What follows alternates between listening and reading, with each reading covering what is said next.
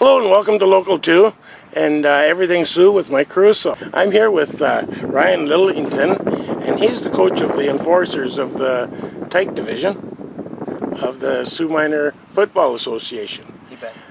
Now, you're also the president, from what I'm told. That's correct. Okay. How many divisions do you have in we have 3 divisions.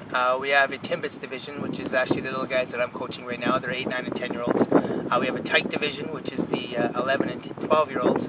And we have a Bantam division, or a Wackies division is the sponsor, and they're 13 and 14 years old. Now, is that name deserved, or For which why one? Wacky? Well, they just happen. It's Wacky Wings. It's they're the divisional sponsor, so it's not necessarily mean that the kids are wacky. It just means that that's the division.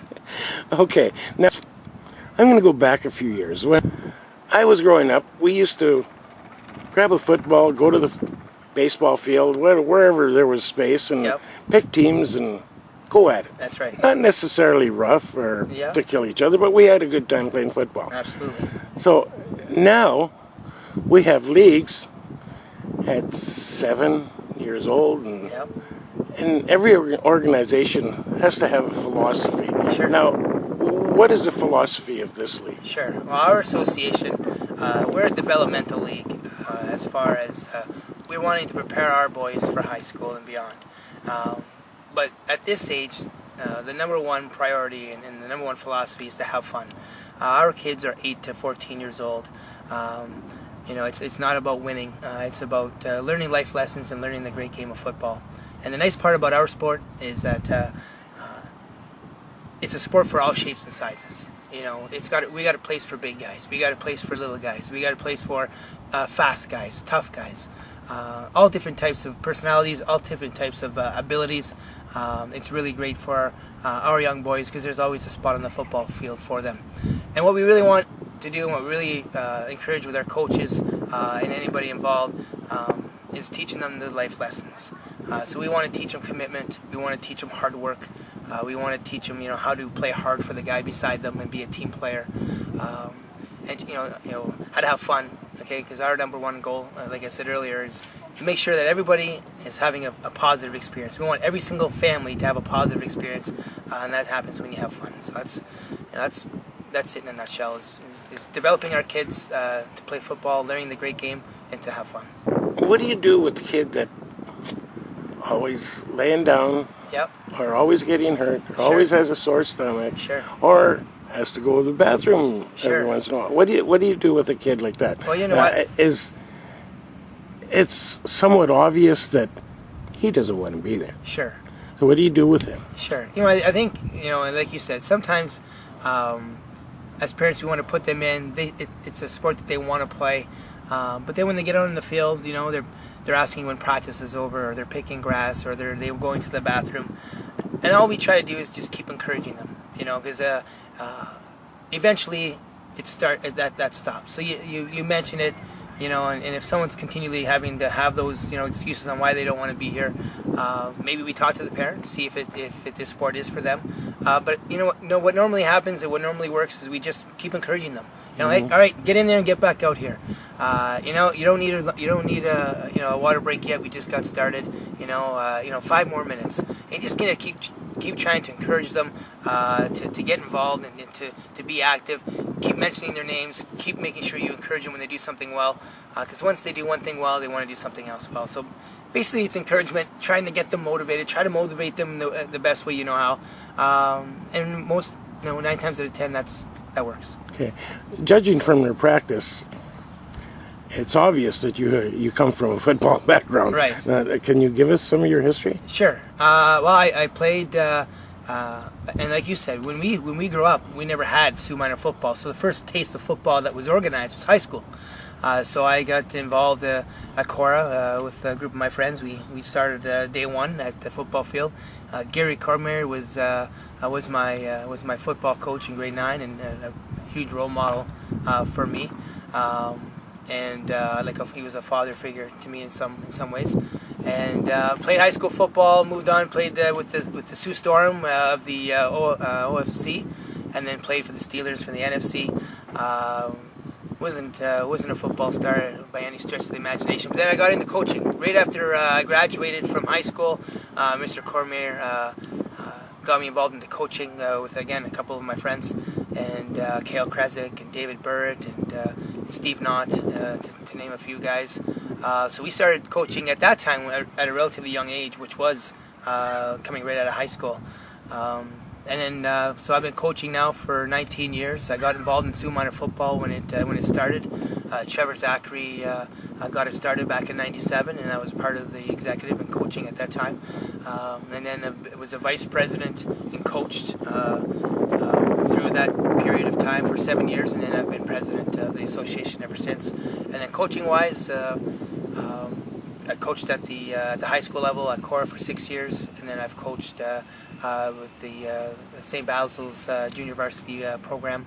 Had a short stint with the Sabercats, but just with Sault Minor Football, it takes up my time. And then just coaching, I coached out of the 16 years I've been involved in the league, I probably coached 13 of those years. Going back in history again. Sure. I have a long history. You can tell. Your history's a little bit longer than mine. Do you think too much coaching will take the fun out of it? Like, oh God, we gotta run, or we gotta do this.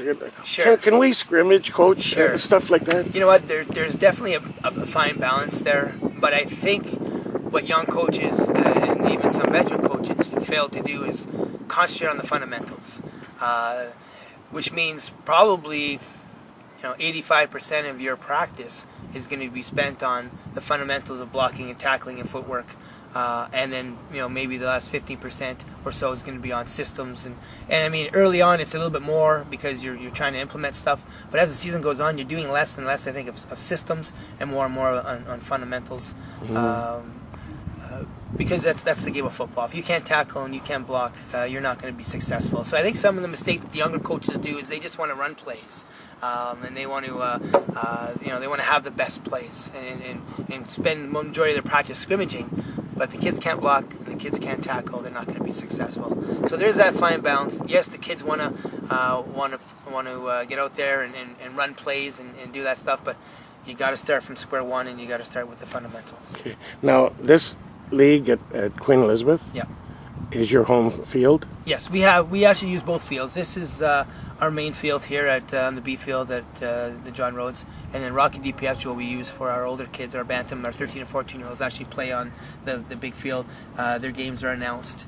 It's exciting. So okay. It's something to grow up to. Now, what days does the league play? Throughout the week? Yeah, the majority of our games, they practice 2 times a week during the week, and the games are on Sundays. And they run the afternoons from 3:30 on, so the parents have a chance to get back into camp. They don't have to rush in early in the morning. But they typically run from 3:30 on, and then we have the odd Wednesday game to offset some of an unbalanced schedule. I see on your team you even have medical staff. You have a doctor, an assistant, and a nurse. Yeah, we've got.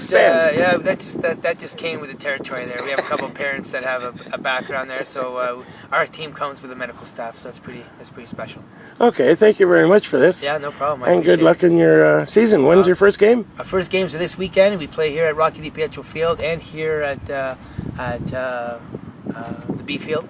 And the most exciting division is that 8, 9, and 10-year-old division. So if you haven't heard about Sault Minor football, if you're living under a rock and you haven't heard about it, or you haven't just seen it, and you want to maybe check it out and see what it's like, to see if your guys or girls are interested, come by, watch the game. And the nice part about it, I just want to say one last thing.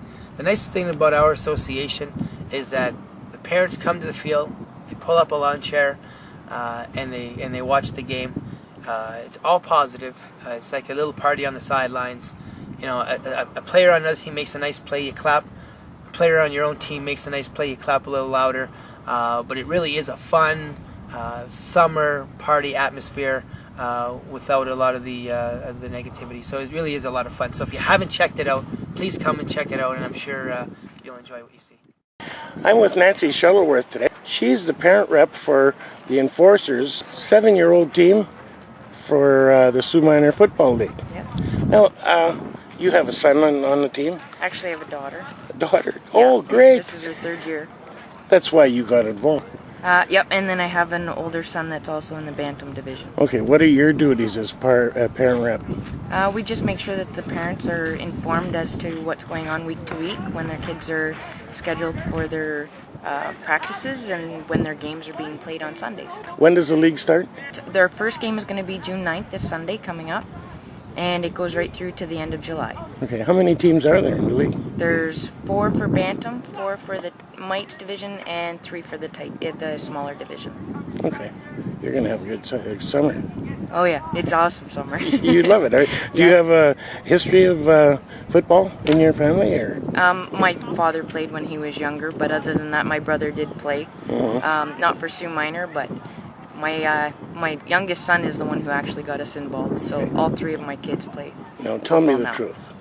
Do you like football, or is this just a parent thing? No, this is very much for football. Oh, is it? Yeah. Okay, great. Okay, good. Thank you very much.